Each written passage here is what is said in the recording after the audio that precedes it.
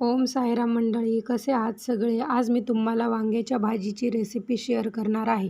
त्यासाठी मी 6-7 काटेरी वांगे घेतले आहे. लसूण, कोथिंबीर आणि कढीपत्ताही घेतला आहे. वांगी स्वच्छ धुवून त्याची देठे काढून त्यांना अशा प्रकारे व्यवस्थित चिरून घेणार आहे.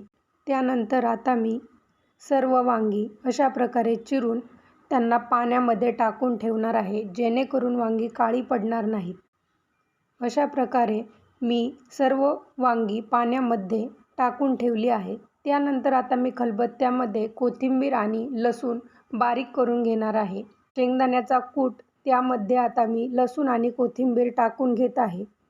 त्याआधी मी शेंगदाण्याच्या कुटामध्ये मीठ, लाल तिखट, काळा मसाला आणि हळद टाकून घेतली होती. आता मी यामध्ये तेल टाकून घेत आहे. अशा प्रकारे सर्व मिश्रण एकत्र करून ते मी सर्व वांग्यामध्ये भरून घेतले आहे व उरलेले मिश्रण त्याची मी आता पेस्ट बनवून घेणार आहे. त्यानंतर आता मी कढईमध्ये तेल घेतले आहे. कढईमध्ये तेल टाकल्यानंतर मी त्यामध्ये मोहरी टाकली आहे. मोहरी चांगल्या प्रकारे तडतडली की त्यामध्ये आपण कढीपत्ता टाकणार आहोत.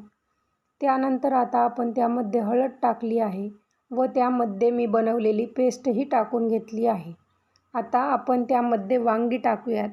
आपण जर डायरेक्ट तेलामध्ये वांगी टाकली तर ती वांगी लवकर शिजत नाही. त्यामुळे आपण ही पेस्ट टाकून घेतली तर वांगी लवकर शिजतात व भाजी लवकरात लवकर बनवून तयार होते. अशा प्रकारे तुम्ही बघू शकता की भाजी व्यवस्थित शिजली आहे. वांगे एक साईडने पूर्ण शिजले आहेत. आता आपण पलटी करून दुसऱ्या साईडने ही वांगी व्यवस्थित शिजून देऊयात. 5 ते 10 मिनिटात भाजी बनवून तयार होते मंडळी. खूप सुंदर आणि चविष्ट भाजी तयार होते. तुम्हाला जर अशीच नवनवीन रेसिपी पाहायच्या असतील आणि माझे व्हिडिओ आवडत असतील तर माझ्या चॅनलला सबस्क्राईब करा आणि व्हिडिओ जास्तीत जास्त शेअर करा. भेटूयात पुढच्या व्हिडिओमध्ये. ओम साईराम.